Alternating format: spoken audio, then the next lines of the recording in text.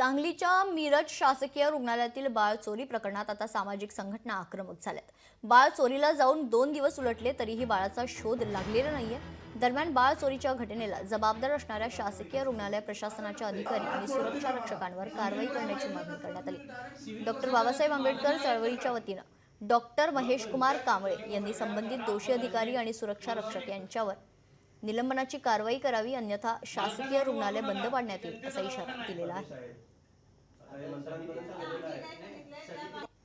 आपल्याकडे ती महिला आदल्या दिवशी संध्याकाळपासून राहिला होती। सगळ्यांना असं सांगितले तुमच्या सुरक्षा रक्षकांनी केली, मग काय करतात? हीच नातेवाईक असं समजले सर। असं नसते। आज सोडत नाही आम्हाला। सिव्हिल काय माहिती कसं का तुम्ही डायरेक्ट सिव्हिल प्रशासनाचे मालक आहेत मग पंचायत मान्य हसन मुश्रीफ साहेबांना अल्टिमेटम देतो, त्यांनी या प्रकाश गुरवची जी काही पाठीमागची प्रकरणं पोटात घालून घेतलेली आहेत त्याचा हा दुष्परिणाम आहे।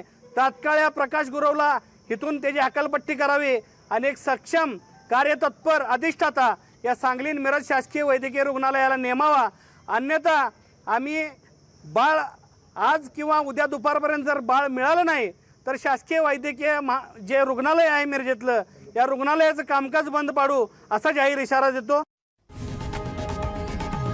लोकशाही मराठी ऐका, पहा, जागरूक रहा।